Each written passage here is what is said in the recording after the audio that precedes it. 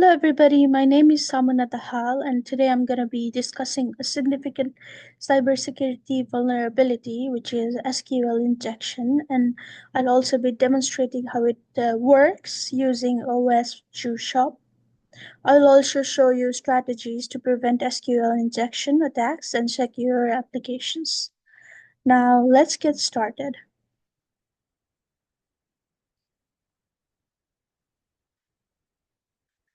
Let's define SQL. SQL injection is a type of attack where a malicious actor manipulates SQL queries to access or alter a database. Um, for this demonstration, I will be using OS JuiceSop, which is deliberately insecure web application designed for security testing and learning. The main point is to remember to never test it on live services or website without explicit permission. Uh, here is the uh, here is the link to this website. I'll opening it. Um, let's begin. Here, this is the website. It is like a juice shop where you can like add stuff in your cart and then check out using your digital wallet or your credit card information.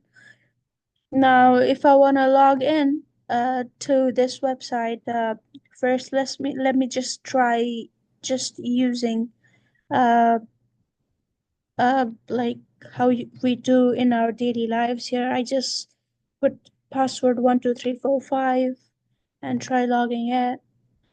Here, I get invalid username or password. Now I'll just like try guessing admin and then the password 12345. Here it still says incorrect uh, username or password.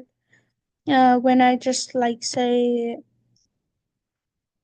when I say admin and then I put a closing uh, and then I just enter some random password and I try logging in, it just gives me an error. It does not say uh, incorrect username or password, but it gives me an error that says object to object, which leads me to believe that they have not guarded their website against SQL injection. So I try making this statement always true. So I just put R1 equals 1 and then I end this and I end the line and I just like put random password 12345 as you can see. So when I try logging in, I'm in the website and when I try checking whose account it is, I can see it's admin.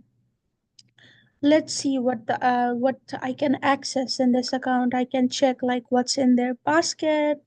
Similarly, I can check the language they are using. I can also check order and payment, order history.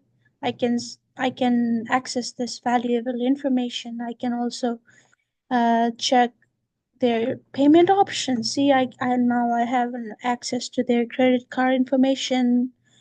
Um, I can also, if I'm correct, access their digital wallet, which is a big deal. So I can just like somehow I can just like use their money if I want to.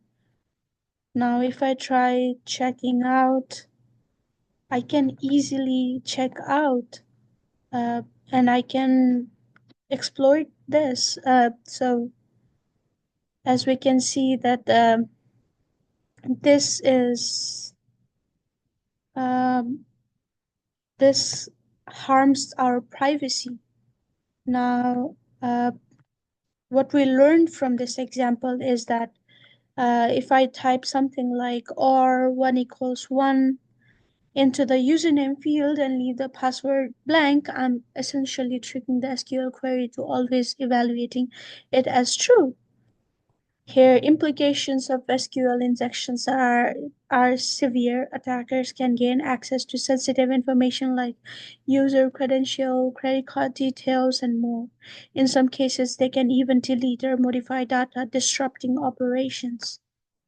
Now, how to prevent SQL injection? The first thing you can do is use prepared statements and parameterized queries while developing uh, website. These ensure that user input is treated as data, not as executable code, like I inserted in the username when I inserted um, like end of line, the comma on top, the quotation mark on top. I said that this is the end of line, which it thought at as it was executable code. In SQL query, we can replace select star from users where username equals input with a parameterized query using placeholders like question mark. We should always be using placeholders. Second thing we could do is use input validation and sanitation. Validate and sanitize all user inputs. For instance, restrict input fields to specific formats like emails or phone numbers. Like you should use regex to just like validate input. Another thing we can do is use ORMs, which is object relational mappers like Hibernate, automatically parameterize queries, reducing the risk of injection. Similarly, we can limit database privileges. One thing we can always do is give the least privilege, least access privilege to anybody. Um, Grant only the minimum necessary permissions to your database users. Similarly, another thing you can do is regular security testing with tools like SQL Map or OS We can help identify vulnerabilities before attackers do. Similarly, as conclusion, SQL injection is a powerful attack that we just like saw from my demonstration. It can have devastating consequences, but as we have seen today, it is entirely preventable by adopting secure coding practices, sanitizing inputs, as regularly testing for vulnerabilities. We can protect our systems from such attacks. Thank you.